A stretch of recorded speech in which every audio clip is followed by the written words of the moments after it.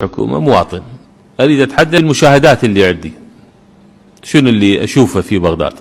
أولا ماكو شيء منجز يوازي حجم الإنفاق والأموال التي تخصص. أنا قاعد أسمع بالموازنات والأموال والتخصيصات، مو ذيك المشاريع، أكو كم مشروع، بس بشكل عام ماكو شيء لافت للنظر يوازي هذا الإنفاقات. المشكلة الأزلية هذا التقاطع المستمر مع المحافظة موجود في كل إجراء وفي كل قضية وباقي لحد الآن. نظافة ماكو شيء اسمه فعلا مستوى مرضي من النظافة للعاصمة بغداد ولا إدارة موضوع النفايات، وكل حديث ايش قال التدوير وجبنا المشروع وتعطل المعمل وراح نجيب التجربة الفلانية وراح نستثمر كذا نولد طاقة كهربائية. ماكو شيء، أفكار وسوالف.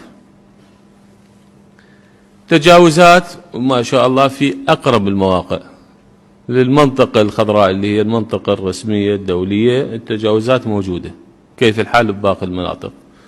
تجاوزات على عقارات مهمة، أماكن مهمة كان يفترض تمثل إيرادات للأمانة. أما المداخل فهي بائسة بكل ما تعنيه الكلمة.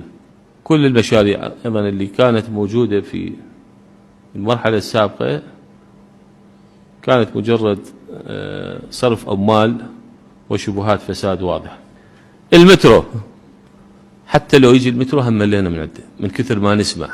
راح للنقل، اجى للمحافظة، راح للأمانة، اجت الشركة الفرنسية، كملنا التصميمات وما ندري وين هذا يصير. يمكن أهل بغداد هم ما يصدقون أنه هذا فعلا المترو صار.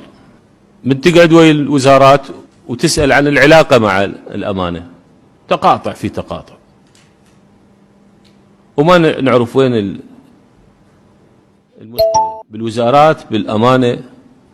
بس السمة البارزة للعلاقة بين الأمانة والوزارات تقاطع في كل شيء. اللي عنده حلول لهذه المشاكل أهلا وسهلا بتوقيت زمني معلوم. ما عنده حلول إخوان، لا يتعب نفسه ولا يستنزف وقتنا. كمنهاج وزاري وضعنا الخطوط العامة اللي يريد نسوي كحكومة، نشتغل كحكومة. خدمات سريعة، لازم ننزل خدمات سريعة، وأسسنا وشكلنا الجهد الهندسي. جمعنا الآليات من مختلف الوزارات جزاهم الله خير هيئة الحشد الشعبي، هم أول من قدم آلياته وملاكاته دا يعملون معانا. راح نركز على المشاريع اللي نسبة إنجازها 70 فما فوق، وندخل عليها من خلال لجنة فنية قانونية مالية